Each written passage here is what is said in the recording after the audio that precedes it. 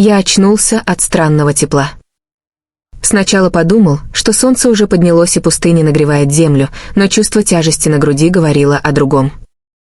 Вдохнуть полной грудью было почти невозможно, а легкое движение рядом заставило меня открыть глаза. Надо мной, словно тень рассвета, лежала женщина. Ее кожа была цвета бронзы, волосы длинные и черные, спутанные, падали на мое плечо. Дыхание ровное и спокойное, как будто она спала. На ней был простой, но красивый наряд апачей, а на щеке виднелся тонкий след засохшей крови. Мозг медленно начал работать. Вчера. Да, вчера была буря. Песчаная буря, что накрыла нас у подножия холмов. Я случайно наткнулся на нее. Она лежала без сознания рядом с мертвой лошадью, очевидно, пытаясь уйти от преследователей. Я не стал думать о том, кто она и почему одна. Просто поднял ее на своего мустанга и привез в старую хижину у пересохшего ручья. Ночью я развел костер, промыл ее раны и дал воды. Потом, сам вымотанный, уснул на полу, укрыв ее своей накидкой. Теперь она лежала на мне. Я замер. Не знал, шевелится ли. От нее пахло дымом и чем-то сладким, похожим на дикое шалфейное масло. Ее рука была легкой и теплой, лежала на моей груди. Лицо спокойное, мягкое. Не воинственная маска, к которой я привык, а лицо женщины, пережившей слишком многое. Мой разум кричал осторожно, она может быть врагом, но сердце почему-то молчало. В этом странном утре не было вражды, только тишина, дыхание и шорох ветра в дырявой крыше. Я осторожно приподнялся, стараясь не разбудить ее, но она пошевелилась. Медленно открыла глаза, темные, как ночь после дождя. Несколько секунд мы просто смотрели друг на друга. В ее взгляде не было страха, только усталость и глубокая печаль. «Ты спас меня», — прошептала она, голос тихий и хриплый, словно давно не произносила слов. Я кивнул, и в мыслях сразу возник вопрос, кто она и почему была одна в пустыне. Она не ответила сразу. Села, прикрыла грудь моей накидкой и посмотрела в сторону окна, где солнце окрашивало пески в золотой цвет. «Меня искали», — произнесла наконец. «И, возможно, теперь ищут и тебя». Эти слова похолодили мне грудь. Она повернулась ко мне снова, и в ее взгляде я увидел не просто благодарность. Там было предупреждение, что-то важное, чего я еще не понимал. Я не знал, кем она была, беглянкой, пленницей или кем-то куда более опасным. Но одно понял точно, в тот миг, когда она лежала на мне, все изменилось. Мое спасение стало лишь началом. Свет утреннего солнца проникал в хижину сквозь щели, ложась на ее тонкие скулы и усталые глаза. Она молчала, а я ждал. В моем мире молчание — не редкость. В прерии люди учатся говорить только тогда, когда слова действительно нужны. Но в ее молчании была тяжесть, будто за каждым вдохом скрывалась боль.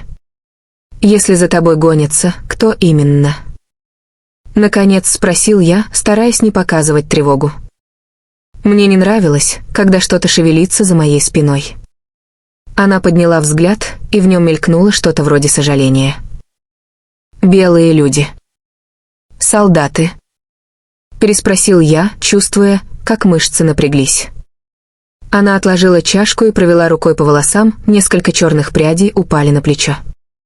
«Потому что я ушла от них. Потому что унесла то, что им принадлежало.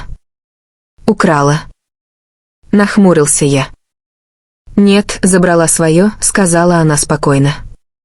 Тишина снова опустилась между нами.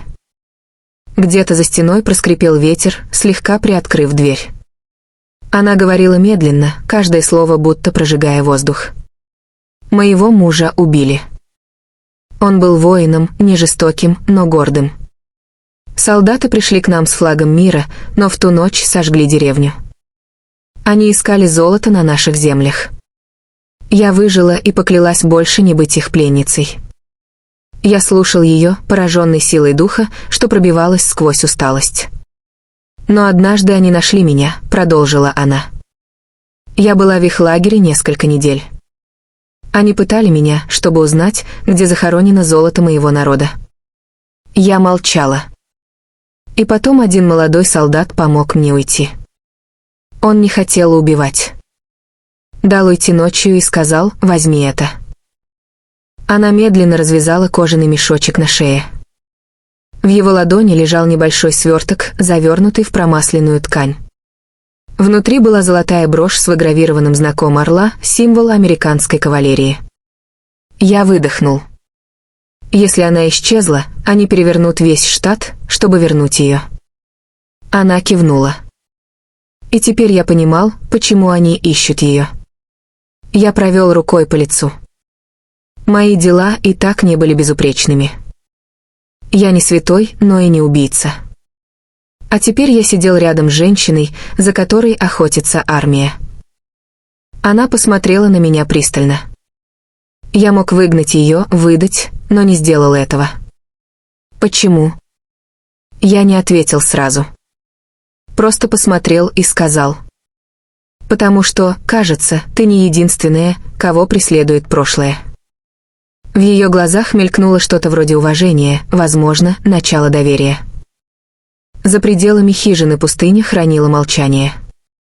Только ветер шептал: «Беда близко». Пыль стояла столбом, воздух был сух, как выстрел, а небо безжалостно голубое. Мы покинули хижину до рассвета. Она шла рядом, завернувшись в мою накидку, чтобы скрыть лицо от солнца. Лошадь ступала осторожно, будто чувствуя опасность. Солдаты не отступят. Когда армия теряет свою печать, это значит одно: они будут искать, пока не найдут, и неважно, кого придется убить на пути. Мы двигались вдоль сухого русла реки, камни под копытами звенели, как железо.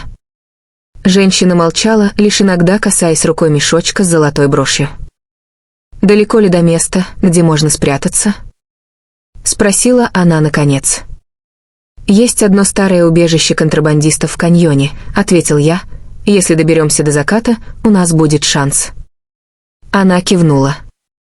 Ее лицо оставалось спокойным, но тревога в глазах росла с каждым часом. Словно она чувствовала не просто погоню, а приближение судьбы. Часть одного заканчивается на ощущении надвигающейся опасности, подготовки к пути через каньон и первых признаках доверия между героями. Жара полудня висела над пустыней, словно плотный купол, и каждый шаг давался с трудом. Мы двигались вдоль дна сухого русла реки, камни под копытами лошадей издавали металлический звон. Женщина, завернувшись в мою накидку, держала мешочек с брошью у груди. Я шел впереди, сжимая старый кольт с поцарапанным барабаном, проверяя обойму. Патронов оставалось немного, но выбора не было. «Смотри туда», — прошептал я, заметив на горизонте крошечные точки. «Солдаты. Они близко». Ее глаза сузились, и напряжение стало осязаемым. «Мы не успеем уйти, но нужно попробовать». Я вскочил в седло и крикнул: «Держись крепче». Лошадь понеслась по дну ущелья. Камни летели из-под копыт, ветер хлестал лицо. Позади раздавались крики и ржание, свист пуль, рикошетивших от скал. Она пригнулась, прижимаясь ко мне. Я выстрелил назад, один из преследователей упал, но их было слишком много. «Вон туда!» — крикнул я, указывая на узкий проход между скалами. «Если пройдем, они не смогут следовать». Мы влетели в проход. Лошадь скользила по песку, почти теряя равновесие, но чудом удержалась. За нами послышались выстрелы. Проход был узок, и солдаты не могли пройти с лошадьми сразу. Мы выбрались на другую сторону, где каньон резко расширялся. Там, среди красных скал, виднелась старая шахта, убежище контрабандистов, о котором я помнил еще с 10 лет назад. Я спешился и помог ей сойти. Мы оба были выжаты до последней капли пота и сил. Она держала мешочек с брошью, словно драгоценную жизнь. «Сюда», — сказал я, открывая прогнившую дверь шахты. Внутри было темно и прохладно. Запах пыли, ржавчины и старого дыма наполнял пространство. Я поставил лошадь под навесом, проверил оружие и сел рядом с ней. Ее глаза, темные и блестящие в полумраке, смотрели на меня с решимостью. «Почему ты не оставил меня?» Тихо спросила она. Я усмехнулся. За стеной слышался гул, погоня была совсем рядом. Теперь у нас были общие враги, и мы поняли, что можем доверять друг другу. Первые шаги приближающихся солдат слышались снаружи: скрип, гул копыт, крики. Командир шагнул вперед, лицо суровое, глаза полны ненависти. «Отдай то, что принадлежит правительству», — произнес он холодно. «И, возможно, умрешь быстро». Она шагнула вперед, прижимая мешочек к груди. «Это принадлежит моему народу», — спокойно сказала она. Командир усмехнулся, словно это была глупая игра дикарки. Я не дал ему договорить, ударил прикладом револьвера, и он рухнул, потеряв равновесие. «Беги!» — крикнул я. Она метнулась в сторону, но послышался выстрел. Я почувствовал резкую боль в плече, но успел схватить ее и толкнуть к узкому боковому проходу. Мы побежали, за нами раздавались крики, выстрелы, звук шагов. Проход вывел нас наружу, прямо на уступ над каньоном. Под нами зияла пропасть, за нами солдаты. Я посмотрел вниз, потом на нее. Она держала мою руку, ветер трепал ее волосы, глаза светились решимостью. «Если прыгнем, можем погибнуть. Если останемся, точно погибнем». Я улыбнулся. Тогда мы вместе прыгнули. Холодный воздух ударил в лицо. Мир перевернулся. Внизу нас ждала река, редкий, но настоящий поток жизни среди камней. Мы упали в воду, и ее бурное течение смыло страхи и выстрелы, оставив лишь рев воды и пульс сердца. Когда я пришел в себя, солнце клонилось к закату. Она лежала рядом, дышала, жива. «Кажется, судьба решила нас не отпускать», — прошептал я. Она открыла глаза и впервые улыбнулась. «Значит, начнем заново. Вместе». Мы шли вдоль реки, осторожно выбирая путь по камням. Вода была ледяной, но это было лучше, чем жар пустыни. Женщина держала мешочек с брошью, и ее глаза блестели решимостью, а руки сжимали нож с костяной рукоятью, готовый к любому внезапному столкновению. «Мы должны скрыться на несколько дней», — сказал я, — «солдаты наверняка вернутся». «Где?» — спросила она. «Есть ущелье дальше по реке. Старые пещеры, где когда-то прятались контрабандисты. Если дойдем до них, сможем перевести дух». Мы двигались медленно, каждое движение было выверено, чтобы не спугнуть возможных преследователей. Путь был труден, острые камни, быстрое течение, коварные обрывы. Но ее решимость придавала сил. Я видел, что она не боится, она знает, что такое жизнь и смерть, и как выживать. Ночь опустилась мгновенно. Мы спрятались в небольшой гроте, вода из реки была слышна, как тихое дыхание природы. Я разложил небольшой костер, чтобы согреться и просушить одежду. Она молчала, держала мешочек с брошью у груди. «Ты боишься?» — спросил я, наблюдая за ее лицом в свете костра. Она улыбнулась слабой улыбкой. «Нет. Я боюсь лишь того, что потеряю еще кого-то». Ее слова ударили прямо в сердце. Я понял, что она не только сильная, но и невероятно ранимая. Ее прошлое тяжело давило, но она не позволяла себе сломаться. На рассвете мы снова двинулись в путь. Солдаты, похоже, не успели нас догнать, но их присутствие ощущалось в каждом движении, в каждом шорохе пустыни. Мы нашли узкую тропу, ведущую в каньон, где старые шахты и пещеры могли стать временным убежищем. «Если пройдем до заката, у нас будет шанс», — сказал я. «Я понимаю», — тихо ответила она. Ее глаза, полные решимости, встречались с моими. Мы шли бок о бок, но теперь это было не просто спасение, это было взаимное доверие. Чем ближе мы подходили к каньону, тем сильнее ощущалась тишина пустыни. Каждое движение ветра, каждый шорох камней могли выдать нас. Но мы двигались осторожно, шаг за шагом, уверенные, что вместе сможем преодолеть любые опасности. И именно в этот момент я понял, это только начало. Солдаты будут преследовать нас, опасность никогда не исчезнет полностью. Но теперь у нас была надежда, друг на друга, доверие, решимость. Мы были живы, и пока мы вместе, у нас был шанс выжить. Мы устроились в старой шахте, но тишина была обманчива.